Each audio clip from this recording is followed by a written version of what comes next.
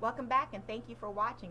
Today I would like to talk to you about the number one, the biggest mistake that we often make as homeschooling parents, as stay-at-home moms, as housewives. The biggest mistake that we oftentimes make is not realizing just how blessed we are and then taking advantage of it.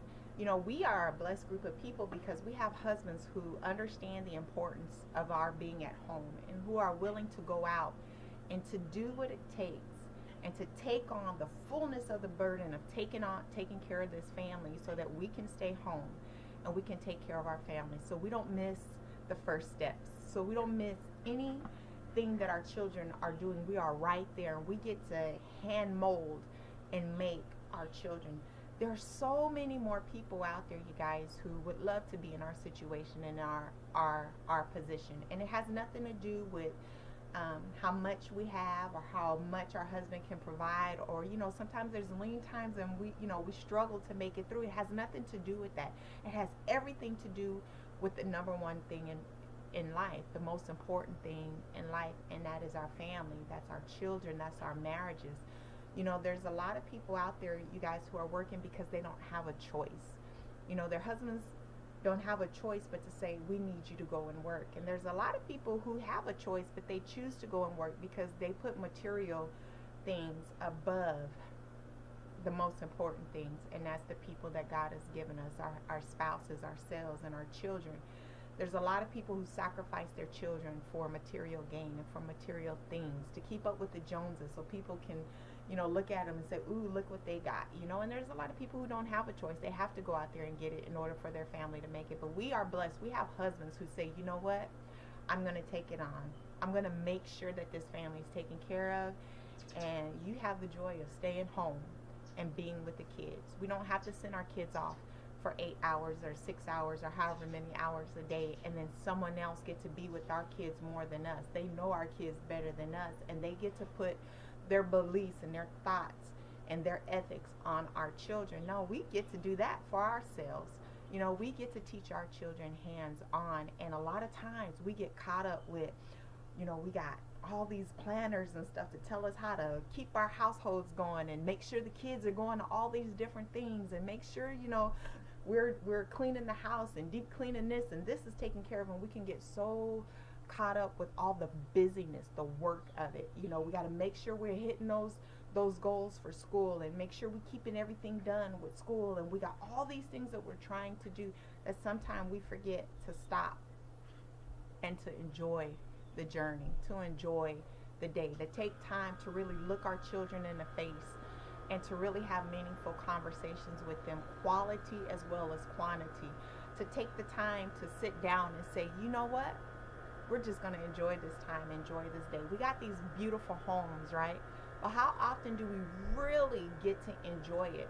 As we grow up, we have these ideas in our mind about marriage and about what kind of parent we're going to be or what kind of wife we're going to be. And everybody may have different ones, but at the basic of it, the basis of it, the base of it, it's probably pretty much the same, even though it may play out differently. But as kids, we get these dolls, we play with these dolls, and we're taught to be little princesses and things like that. But you know what? Your home is your castle. Your home is your palace. Your husband, that's your king, right? That's your prince.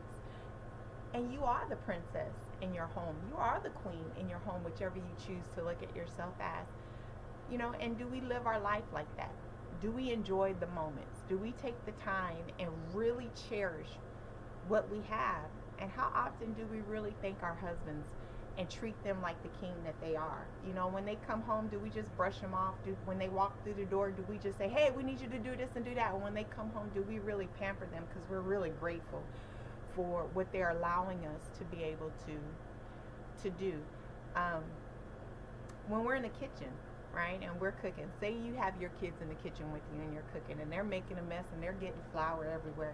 Is that something really that we want to argue and scream and fuss at and say, get out the kitchen because it makes me upset that you're dirtying up the kitchen? Why not just let them be in there and enjoy the moment? Even though it's becoming a mess and they're getting flour everywhere, just enjoy the moment, and then when they're done, clean it up. All clean it up together. Have a good time. Have a cleaning party. Let's make sure that we're taking the time to appreciate this road and this walk and this life that we have, to appreciate it. Where homeschooling is not a burden, it's a joy, it's an honor, it's a pleasure. Where cleaning up is not a chore, but it's a pleasure. And let's do it as a family and enjoy it. But let's make sure that it's not all business all the time, that it's not all hard work all the time, because what we don't want to be is like the masses who have raised their children, who have grown up. I'm sure you've met them and you've talked to some of the people like this who look back in hindsight and regret that they didn't take advantage of the short time that they had with their children while they were at home. When you look at the lifespan, right, in this whole walk in a totality, the years that we get with our children being at home is so tiny. They'll spend more time in their own homes with their own family than they will with you.